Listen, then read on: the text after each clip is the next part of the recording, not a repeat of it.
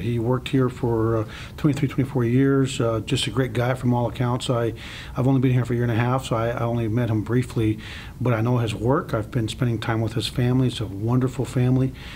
He's a hero like the other officers that responded in Santa Fe, and fortunately we're very hopeful he will make a full recovery, but he's still not out of the woods, and his family still needs prayers and prayers for a healthy recovery.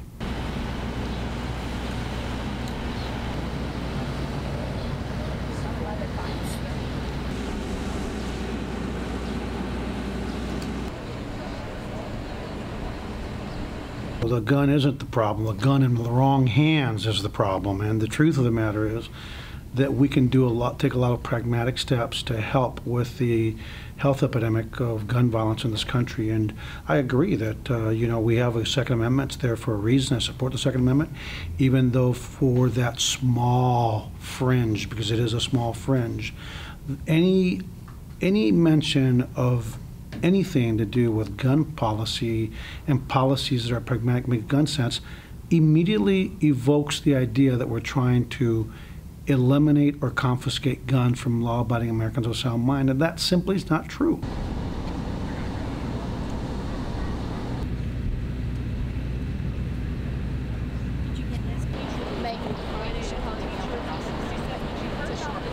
And I'm convinced that there's an awakening going on that's going to be led, I think, by young people, that's going to lead to some pragmatic measures to keep guns in the hands of the law-abiding of sound mind.